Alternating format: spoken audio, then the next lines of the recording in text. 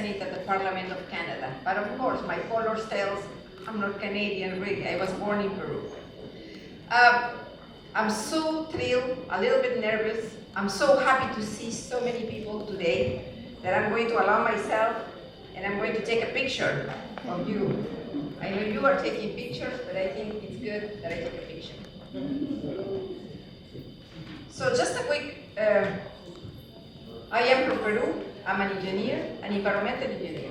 Why we are organizing this now? Because I think it must be evident for everybody that while scientists have told us about the causes, unequivocally what is causing global warming, while scientists and engineers have developed incredible renewable energy technology, while in Canada, almost 80% of the population wants more action with respect to global warming.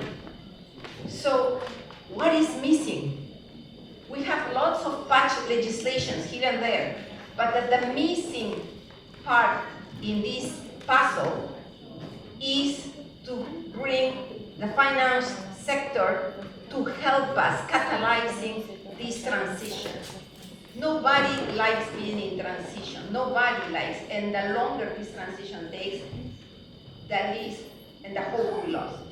So today we want to talk about how we should finance not only the issue with the climate, but also with the biodiversity loss, with ocean acidification, with the disruption of the geochemical cycles, in the pollution that is gone under control, plastic pollution, pesticide pollution, that is influencing and impacting the health of the ecosystem, the changing the habitats, and impacting human health.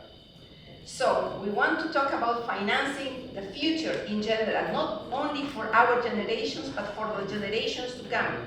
And it's true I can go and tell about all my titles, but the one that I really love and care is when my grandchildren call me mommy. Nothing can be in my way of not thinking about them, about my vision for the future. And the vision for the future is, on one hand, access to all the human rights, education, democracy, justice, health, clean environment, but that cannot go above the planetary limits. So, okay, that's for my intro. In this first part, we are going to have incredible parliamentarians, Congress people, but also ministers from the government. I just want to mention the names, and then one by one I will introduce them. But we will have Honorable Celia Chakriava, MP from Brazil. Then we will have the Right Honorable KP Sharma Oli, Prime Minister of Nepal.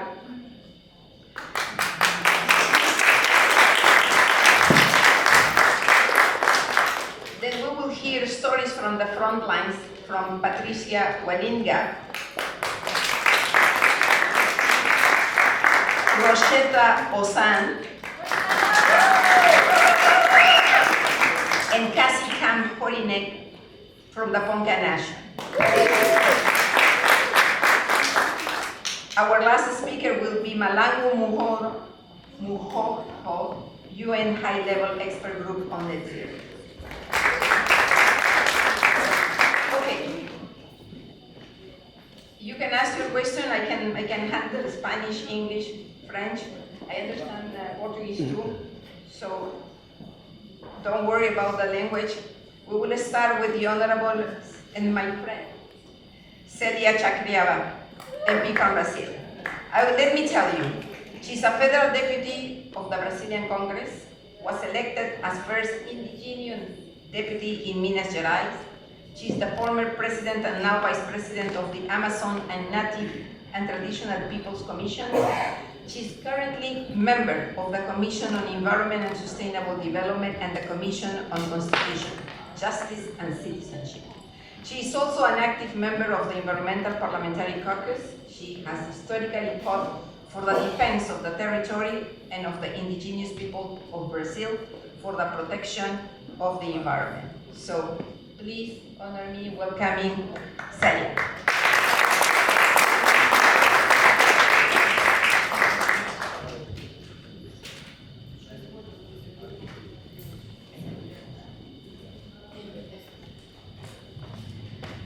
Simikra hikiwa, simikra hikiwa, simikra ahikiwa. Simikra hikiwa está falando que o futuro vai ser ancestral ou não será. This song says the future will be ancestral or it won't be. Estou aqui no momento na Semana do Clima, onde o Brasil 60% está sendo queimado em todos os biomas brasileiros. While we are here at the Climate Week in New York, 60% of Brazil's biomes are being taken by fire. Mas enquanto parlamentar indígena, entendemos que quando queima as nossas florestas, está queimando o nosso corpo, o nosso território.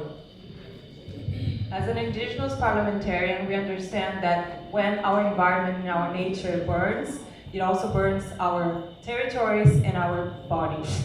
Ainda assim, escutei o chamado dessa importante frente parlamentar que reúne numa carta assinada de 850 parlamentares contra livre desse futuro de combustíveis fósseis. But nonetheless, I heard the call from this parliamentarian network signed by 850 parliamentarians from all over the world to come here and discuss the phase out of fossil fuels. No Brasil, temos discutido como que as mudanças climáticas e como que os combustíveis fósseis têm forçado as populações indígenas a se deslocar. In Brazil, we have been discussing how fossil fuels projects has been displacing communities and indigenous populations all across the country. Recentemente ganhei um prêmio enquanto a melhor parlamentar do Brasil em clima e sustentabilidade. I recently won an award as the best parliamentarian to discuss climate issues in Brazil. Esse prêmio não é meu, esse prêmio é de todos os povos indígenas do mundo que protege mais de 80% da sociobiodiversidade. But this award is not only mine, it is of all the indigenous peoples around the world who protect 80% of all biodiversity. No entanto, existe um projeto de lei 1935 de 2019 no Congresso Nacional que trata de legislação mais dura contra a exploração de combustíveis fósseis. And we have a bill in the National Congress that talks about reducing fossil fuel projects in Brazil and being more hard on new projects and new licenses. No entanto, o Congresso Nacional tem resistência de aprovar contra a exploração de combustíveis fósseis. But the National Congress is resisting to approve this bill. E o ministro de Minas e Energia também acaba enfraquecendo as legislações quando não quer discutir contra fracking, que é um uso exploratório que destrói muito o meio ambiente e os territórios indígenas. The Minister of Energy and Mining is pro-fracking, so he is helping to destruct our territories and our biodiversity. O que nós povos indígenas temos nos valido e sustentado é na Convenção 69 da OIT e o Acordo de Paris. We have been basing our claims in the 169 Convention of the OIT and to protect our territories and our cultures. Mas a promessa do Acordo de Paris, onde reconhece povos e comunidades tradicionais como os verdadeiros guardiões, precisa ter mais eficácia. And the Paris Agreement that recognizes indigenous populations as the guardians of the territory and the biodiversity should be more effective and put into practice. Quando falamos de financiamento, existem vários grupos interessados também em financiar mercado de carbono. When we talk about finance, there are lots of groups interested in carbon markets. Mas mercado de carbono não é leiloar nossos territórios. But we won't allow carbon markets to put our territories on sale.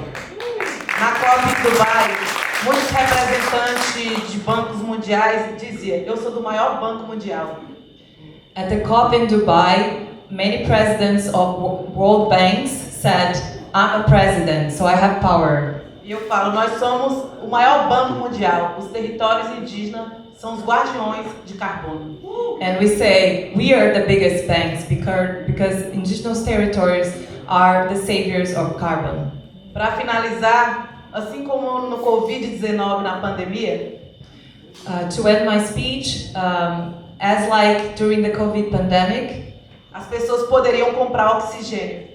people could buy oxygen. Só que agora nós estamos no enfrentamento da crise climática, onde não tem vacina. And now we are fighting the climate crisis where there's no vaccine. Povos indígenas é a última solução para barrar a crise climática. Us indigenous peoples are the last solution to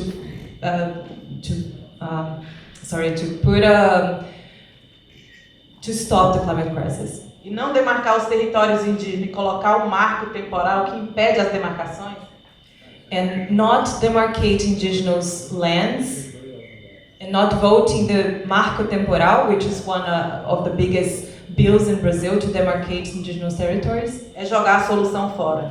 is to take out and drop the solution. Inspirado num escritor indígena, os povos indígenas evitam a queda do céu. Inspired by an indigenous author, is indigenous populations who hold the seal. Os povos indígenas, as florestas, os rios não está sendo morto.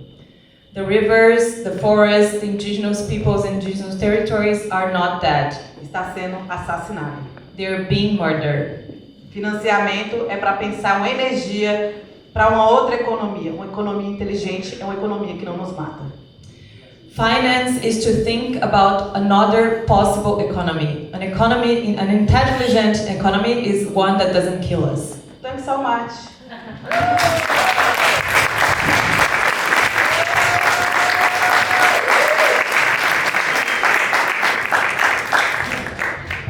That was great. Thank you so much, Nadia. Yes.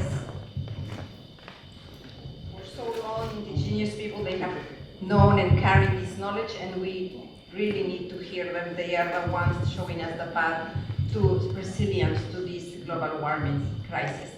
Now, let me continue with our speakers, and I invited here the Right Honorable K.P. Sharma Oli, Prime Minister of Nepal.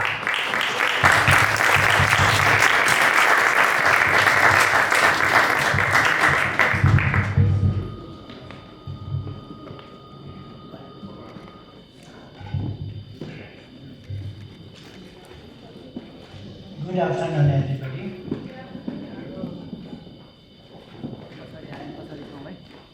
Honorable senators, parliamentarians, distinguished leaders, excellencies, ladies and gentlemen. I wish to begin by thanking the organizer for convening this important meeting and for the opportunity given to me to share my views on this critical issue. Climate change has catastrophic impacts on people and the planet. Global warming continues to worsen, primarily due to the burning of fossil fuel in large quantity. The result is obvious. Disasters and devastations are hammering us more frequently and ferociously than ever before. For this, phasing out fossil fuels is all the more important. On this, the agreement on the global commitment during the COP28 to transitioning away from fossil fuels in the just and equitable manner was an achievement.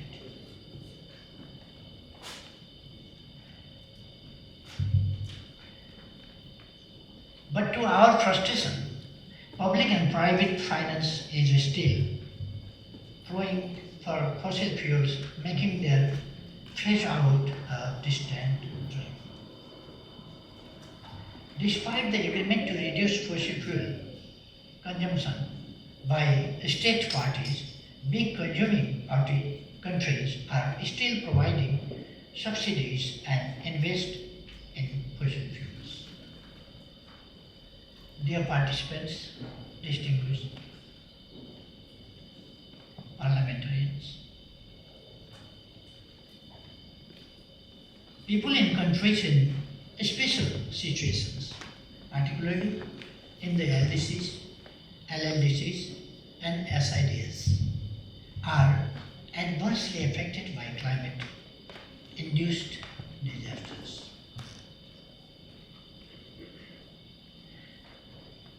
Nepal has hugely been contributing to the health of our planet through its forests, mountains, and rivers. And despite these efforts, we continue to bear the brunt of climate change, created largely by the actions of industrialized nations. Our mountains play a crucial role in regulating the climate and ecosystem of oceans, with their snow-fed rivers flowing down to the oceans. Nepal's Himalayas, as a natural climate stabilizer, help maintain a cooling system in a region situated the hottest zone of the planet between the tropics of Cancer and Capricorn.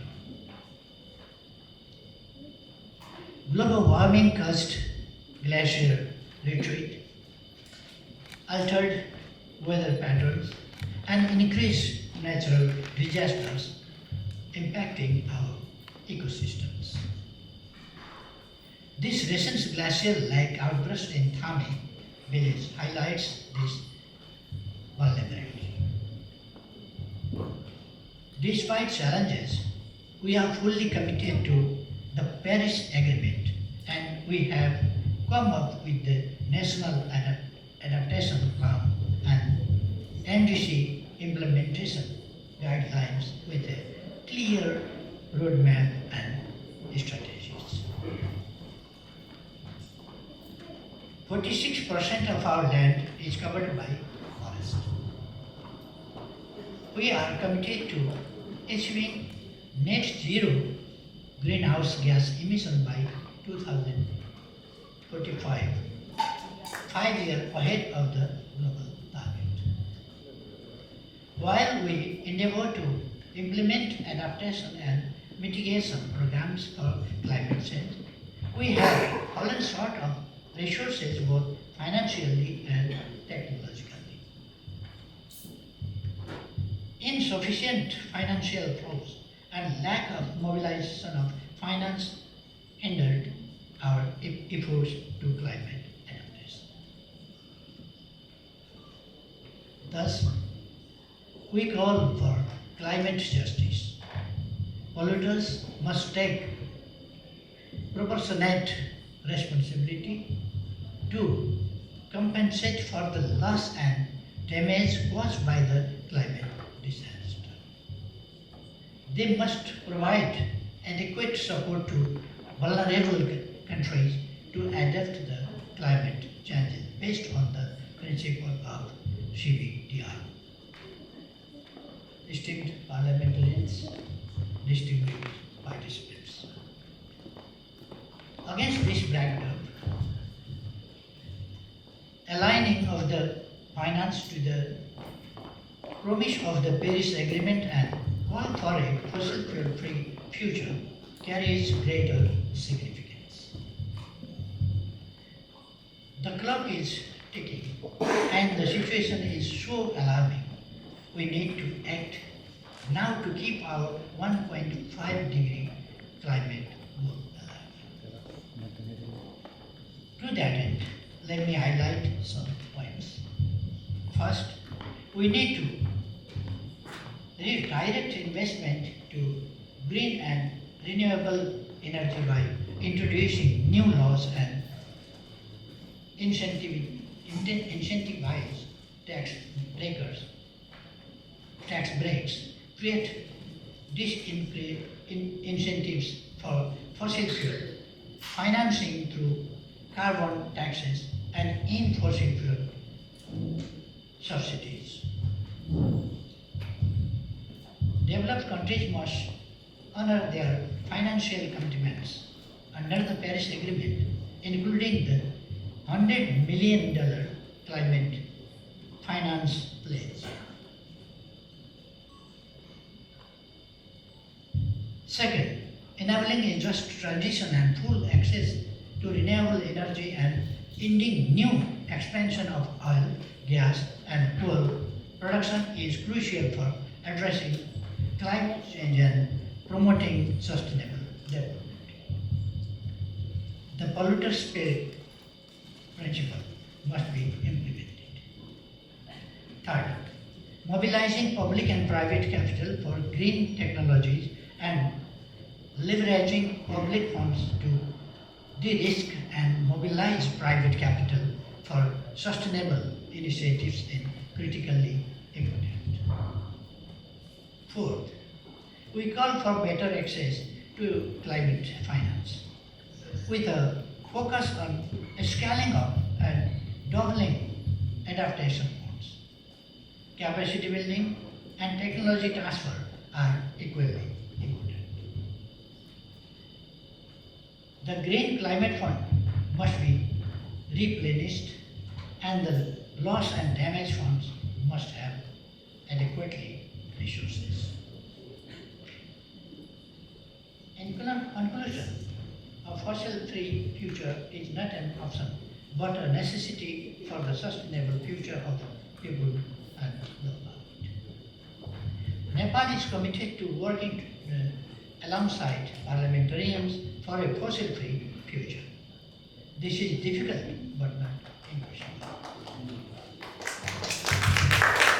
Let us work together to build a clean, healthy, and sustainable environment where humanity and nature coexist in harmony.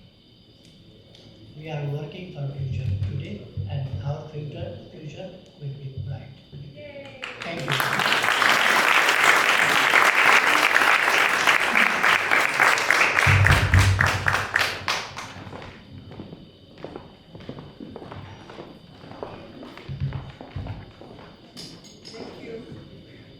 Thank you, Honorable Sharma Oli, for your wise words.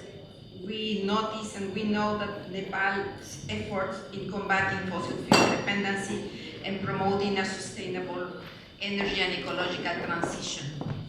It's unbelievable when we think about how small nations can do so much with respect to the common goods of the planet. Following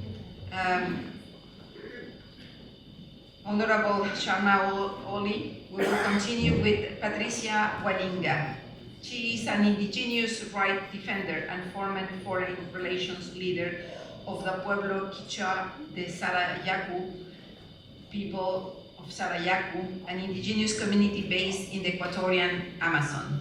Patricia has been on the front line of her community's struggle against extractive industries, encroaching on their rights and their lands for oil development. Patricia, the floor is yours.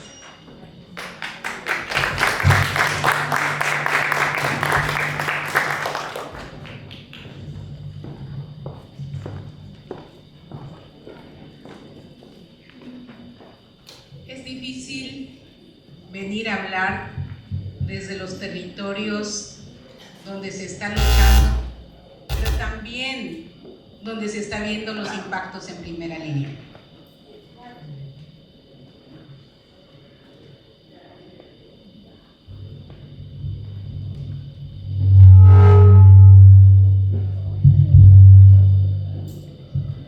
It's hard to come and talk to you about what we're seeing back in our home, and also seeing all the disasters that is happening in our home as well. Mi pueblo Sarayaku es un pueblo que todos consideran que es exitoso porque logramos expulsar a las empresas petroleras. Everybody thinks that the Sarayahu peoples are successful because they were able to kick all the corporations out. Logramos enjuiciar al Estado, logramos generar un precedente jurídico, pero eso ha llevado décadas de lucha. We were able to sue the government and start a legal process, but that took decades of work. Sin embargo, ¿qué hay de los pueblos vecinos, de nuestros otros hermanos indígenas, que están sufriendo todos los impactos de la explotación petrolera? But what about our neighbors, our brothers and sisters from the original peoples? They're still suffering all the consequences. Con la justificación económica están destruyendo la vida, violando derechos de los pueblos indígenas, violando los derechos de la naturaleza, violando los derechos de la madre tierra. With their financial justifications, they're violating human rights and nature's rights. Antes pensaban que los pueblos indígenas somos unos románticos ignorantes que no teníamos conciencia del desarrollo económico. People used to think that indigenous people were romantic and didn't know about anything, and that we didn't know about the corporation development. Pero ahora los científicos están opinando lo mismo que los pueblos indígenas, que hay un desastre, que se avecina una catástrofe, que estamos atentando contra la vida misma del planeta. But now scientists are agreeing with the indigenous peoples. They're agreeing that there's a catastrophe coming and that we need to do something about it. Pero los gobiernos y las grandes empresas no quieren hacer caso. But the corporations and the governments don't want to listen. Nuestro gobierno acaba de anunciar una nueva ronda de licitación petrolera, que son negocios petroleros en territorios indígenas. Our government just published a new round of negotiations with the gas and oil corporations. Cuando nosotros estamos diciendo que ya no debe haber explotación, los gobiernos y las empresas están impulsando explotación. Cuando vemos la crisis climática, ahí están ellos sin hacer caso a nadie. When the indigenous peoples are saying that we cannot continue with this situation, the government and the corporations keep negotiating and exploiting our lands. Esto no puede continuar así. No solamente los pueblos indígenas podemos estar en primera línea. Debe haber una conciencia de las empresas y de los bancos que están auspiciando este desastre, con justificaciones económicas. This cannot keep continuing. There's got to be a consciousness among the banks and the corporations and the whole planet about the situation that we're going through. Si no les importa la vida de los pueblos indígenas, venir a escucharnos todos los desastres que se vive a día, por lo menos que les importe la vida del planeta y la vida de todos aquellos que dependen de este planeta Tierra, que es nuestro hogar.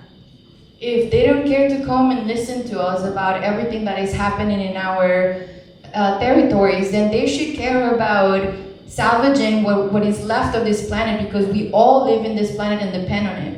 Nosotros que vivimos en el territorio estamos viendo todas las consecuencias de esta crisis, cómo va cambiando la naturaleza, qué desastre está ocurriendo. Yo mucho me temo que en algún momento se genere un colapso tan grande que la humanidad realmente perezcamos. We are suffering all the consequences and we're seeing the chaos that is happening, and I'm terrified to see that we may get to a point where there's nothing that we can do. Mientras tanto, nosotros vamos a seguir luchando y seguimos en primera línea. Sabemos que estamos en el camino correcto y no vamos a claudicar. Así eso nos cueste nuestra vida. Muchísimas gracias. In the meantime, we're going to be in the front lines, keeping fighting, and we'll never give up.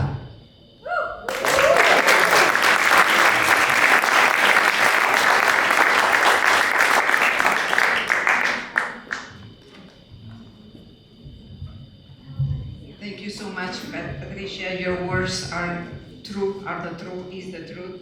And we don't all recognize what is happening. It's like we are blind. You have to go and see. And just to tell you that I've been in northern Canada. I come from Quebec. And the forest fires are really making it so much vulnerable. Human populations, indigenous people, but also some of our, for example, our beloved caribou in the north. So it's really sad. It's common goods of the planet, and we should take care of all of it. Our next speaker is Rosetta Ozan, U.S. Gulf South leader, has over a decade of experience representing organizations as community outreach specialist, founded Vessel Project of Louisiana after having lost her home during the hurricanes Laura and Delta in 2020. Rosetta, please.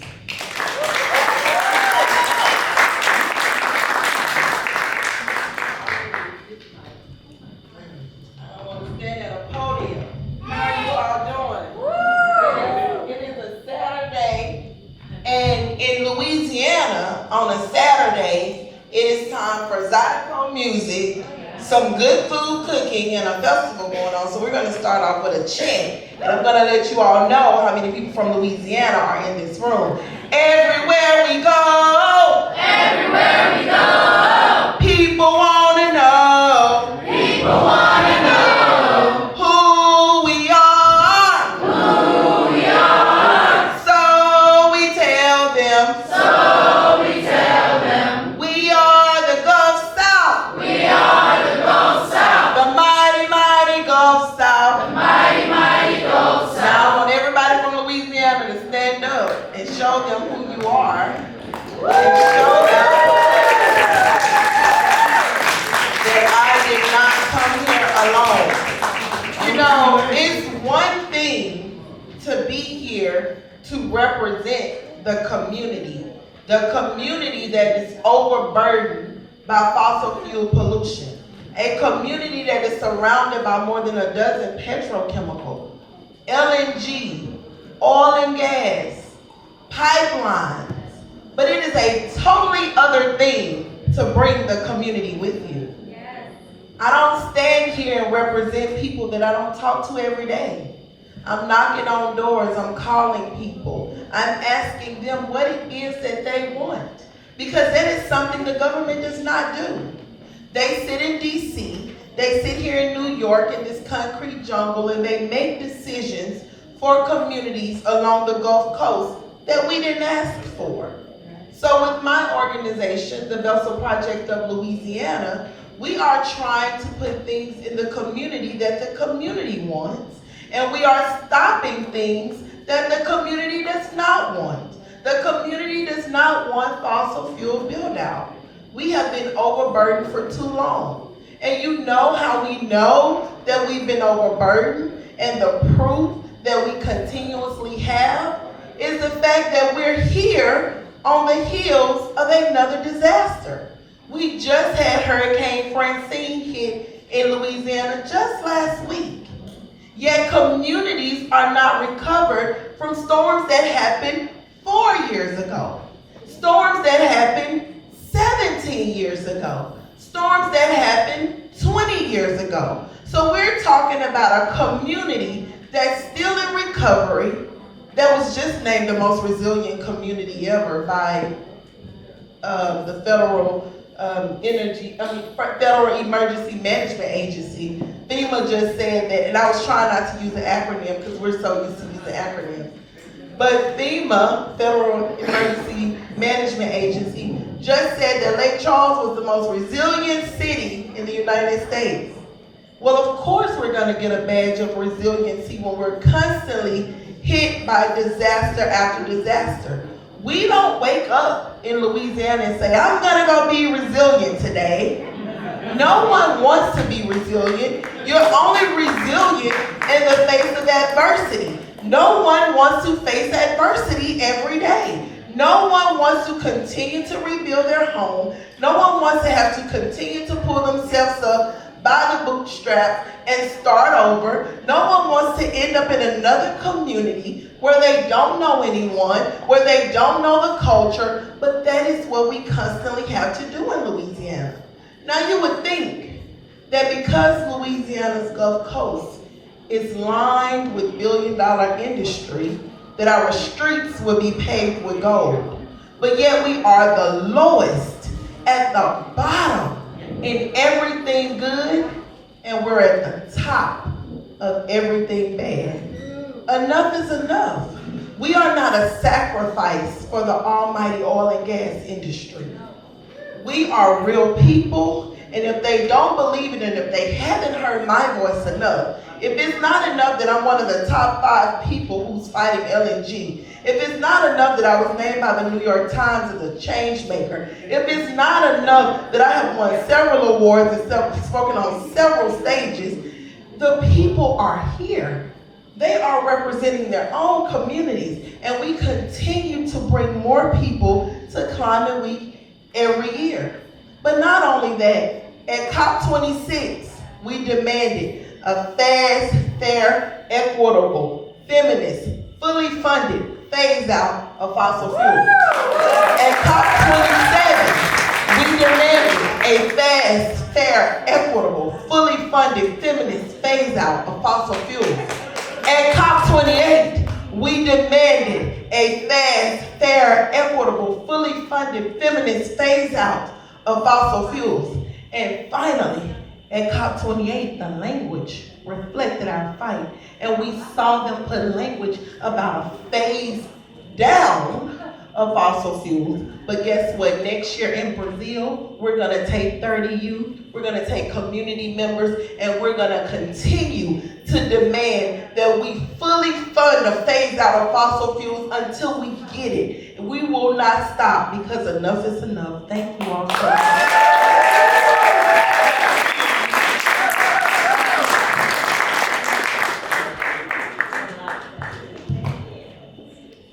That was very inspiring. Thank you very much, Rochelle. Yes, you're right. You know, sometimes we feel like we are doomed, and we can't. We have to do it for our children, grandchildren, people to come. We have now Cassie Cap. Yes, I'm so sorry for pronouncing it. That's okay. Ponca Nation, Oklahoma UA, U.S. Environmental Ambassador and Weekend Board Member. Cassie will present key findings from the Weekend Report on the gendered and racial impacts of the fossil fuel industry in North America.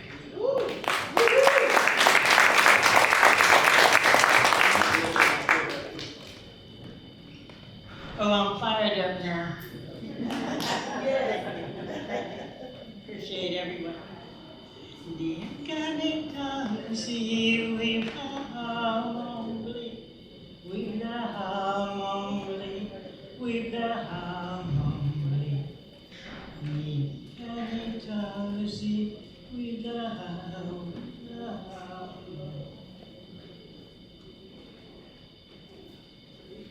All life is contained in water,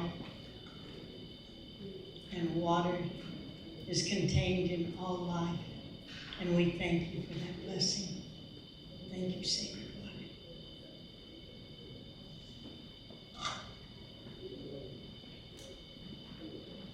It's good to be here among you. I know that some of the folks count themselves as leaders in those buildings that are gathering along the waterfront called the United Nations. I look around here, I see the true United Nations. I see the true leaders of what the next phase will be beyond the phase of fossil fuel. And I'm proud to be among you. I live in a territory, an occupied territory called Oklahoma, which is a Creek word for land of the Red people. As a Red Nations woman of the Ponca Nation, a grandmother, a great-grandmother, a mama to my girl out here, an auntie, a sister, a daughter, a survivor of the American Holocaust, I come here asking just permission to tell you what it is on the ground and to see if you think that it might be a good idea to put finances where it belongs. Into the ground, into the Mother Earth, and instead of into the pockets of those that are highly subsidized already. What does it mean to have a just transition? If you're a family on the ground, on the front lines, as everyone here has described, what does it mean if your grandchildren have to carry these inhalers in their pockets so that they're able to breathe. Julie can tell you she had a son in the hospital. My daughter had my grandson in the hospital every year of his life because we live in the shadow of a refinery. We live in a place where you can't grow organic food within a 16-mile radius. We live in a place where if you breathe the air, you know that you're breathing in methane gas from all the fracking. We live in a territory where the water herself is in danger. And so all the living things within her are in danger, where the trees are struggling to breathe, and yet this same fossil fuel company believes that they can sell carbon credits, they can sell carbon taxes, they can put in carbon pipelines and sell the very air that we breathe, and continue to kill all life around them. Not just the ponca, but the deer that come and drink of the water that fall over, but the ranchers and farmers who are growing the wheat so that we might go to the bakery next door. But the school children who have train bombs running next to their schools, and where earthquakes are man-made earthquakes, 10,000 of them in a year. How do you find those resources when you could take off the RE and say these are all sources of life? And anyone who has a financial institution or an insurance institution surely must be trying to ignore the fact that they have generations to come who are going to want to be able to eat, breathe, and drink the sacred water. And if you're not thinking that, then you're failing your own people. You're failing the rights of nature. You're failing to be able to look into the future and say that there has to be a sustainable way for all life to continue on Mother Earth, because she has given us, without anything but love, everything that humankind and all of nature needs to be surviving on. We have the opportunity to do this. Those of you who count yourselves as decision makers in your own communities, hold them accountable. Take to the streets if you have to. Don't stop now, because we're just on the cusp of winning. We're living in a time of post-traumatic growth. We have reports that are available to you that you might want to be able to check out. But the truth is out there. The way forward through the indigenous wisdom of those that you're listening to here has a way forward for everyone to say all of the information's available and wherever it is that you live. And if the information is not available where you live, I was just over there thinking about this thing called AI that's out there, what everybody's looking to. Well, I'm going to call that amazing indigenous wisdom. Pay attention. Let's do this together, and let's do this where we can go home and look at our own families, sit at a dinner table with our own families with a clear conscience and say, we have made the correct decision this time. We will not finance any more fossil fuels. Keep it in the ground. It belongs to Mother Earth.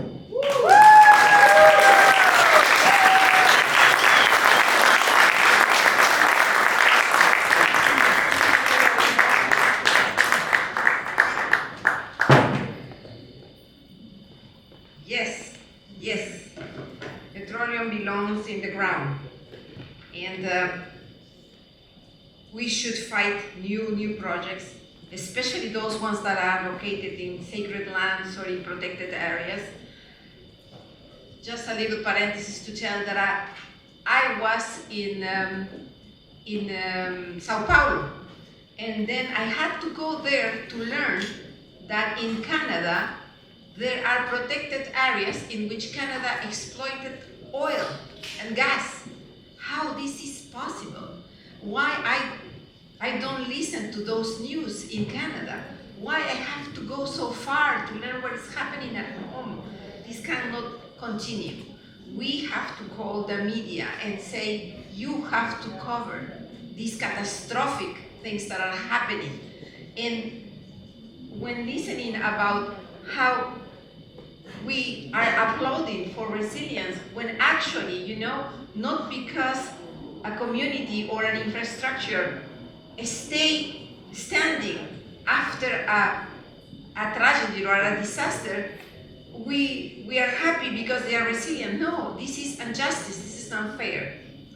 Our last speaker, Malango Mugogo, UN High-Level Expert Group on Net Zero, we are so proud to have you here, is a member of the UN High-Level Expert Group on Net Zero and is the Managing Director of Zeni, Sustainable Finance. Ms.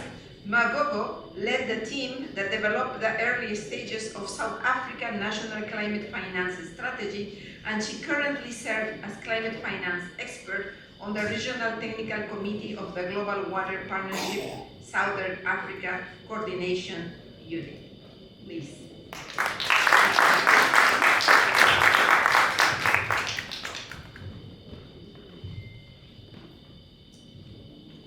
Thank you for that introduction. Can you hear me?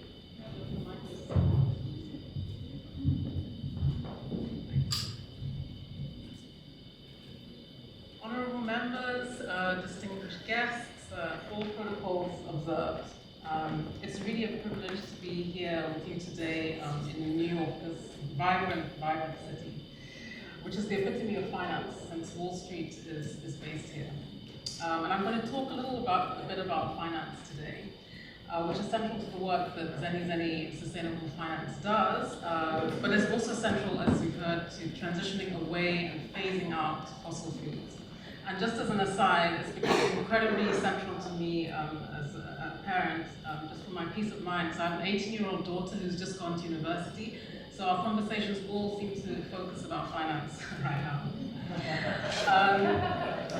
I think one of the key things is to remember is that finance is a means to an end. You know, it's not an end in and of itself. So it needs to be directed somewhere. And that direction in the context of climate change comes from the need to phase out fossil fuels completely. And the direction also comes from the indigenous knowledge that is held here in this room and the many communities across the world in the countries that we come from. So I think we all recognize that this change and transition is needed, but it can't happen overnight. With the exception, I'd say, of no new exploration, which we know, of fossil fuels, which we know can happen today, and it should happen today. So that process, though, will take some time, and what's really important is that social justice, science, and equity drive all our decisions around transition. And of course, we've all spoken already about, we've heard speaking about the importance of the financial sector in this transition. And they play an important role both in shifting finance away from fossil fuels and, which may be a bit controversial to say, but actually supporting some of the fossil fuel companies in transitioning away. It's a reality that we need to face. They do need finance to shift away. So I think it's important to understand where things stand. And I'd like to leave you with three key messages around three areas today. The first is around who owns fossil fuel production. The second is who's financing that production. And the third is where policy plays a role, where parliamentarians sitting in this room can actually play a role. So in terms of who owns fossil fuel production, there's a great database called, produced by the Carbon Majors, which shows the historic production of fossil fuel from the 122 of the world's oil, gas, coal, and cement producers. And what's interesting, I think, for the discussion today is that they categorize those producers into three categories. One is investor-owned companies, the other is state-owned companies, and the third is nation-states. And what's interesting is that the production is more or less split equally between all these three groups. So it means that both governments and the private sector have a really, really important role to play, and I think that's a key message to remember. In terms of who's financing that production, we'll hear more about this later today from the panelists who are coming up. But for me, I'm a finance person. I eat, breathe finance. I find it a very, very complex system. You get money from individuals, from companies, from governments, and then it flows through many different intermediaries, banks, insurance companies, pension funds. It gets traded in capital markets, new products are created. And it can seem very complex and complicated. But I think it's really important to try to understand where and how the system is structured in order to address the need to shift finance.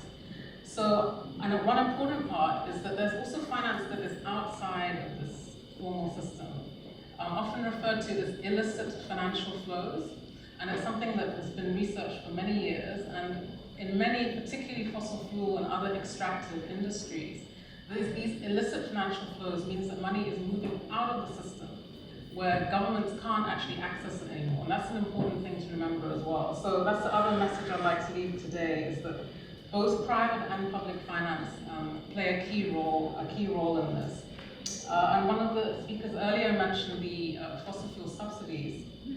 I just want to quickly quote something from research on the IMF, that they estimate that in 2022, there were fossil fuel subsidies of about $7 trillion in just 1 year. So it's very significant, and those sort of subsidies need to be moved away.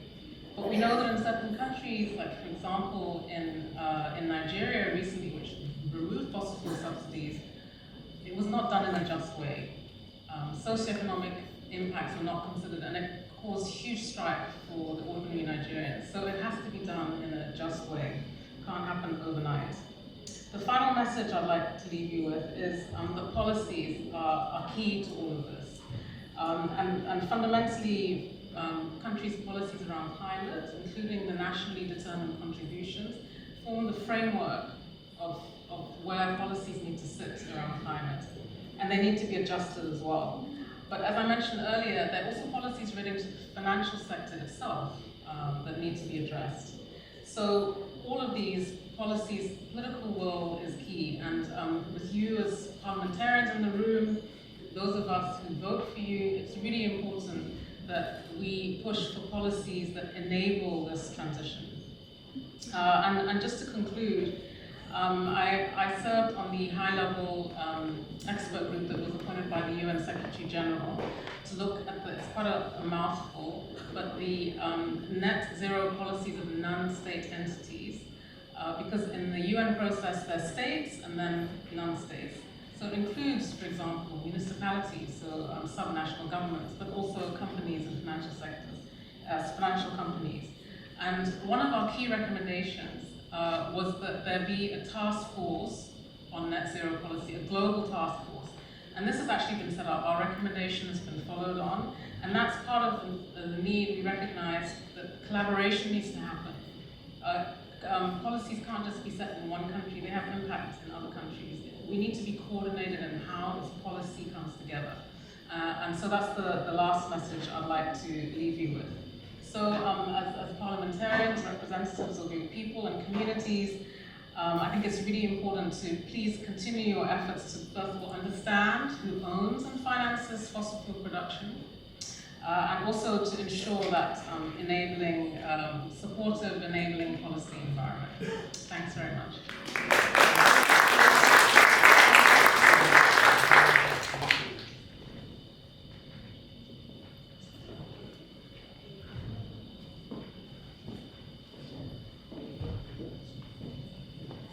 That was great. Can we applaud our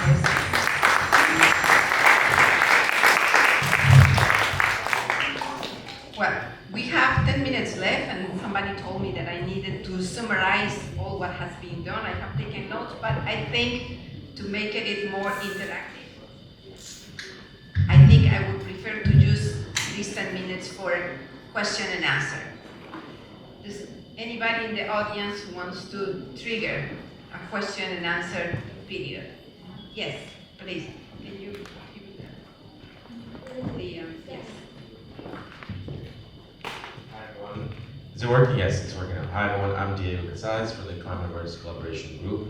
We are a philanthropic collaboration amongst many of the world's biggest climate philanthropies. My question is actually to Ms. Ngo, who just spoke. If you could clarify on the issue of how the money is moving out of the system. I think you mentioned something around this, because I think that's, in the end, it's a very important thing for parliamentarians who have a responsibility to also make sure the public money is spent correctly, to understand how the money is moving out of the system when it actually needs to benefit everyone. So if you could clarify that, that would be really great. Thank you. Good question.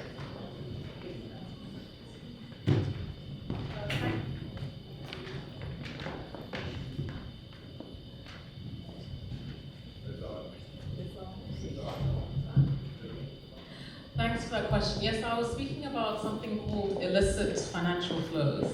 And this constitutes, there's sort of three main groups, but one of them, for example, is where companies, in the way that they invoice, allows them to sort of under-invoice and therefore export goods that are less than their true value to another country. And so the money then flows out, and then when they actually sell those goods outside the country, that's actually at a higher level. So that's money sort of leaving the system from a particular country.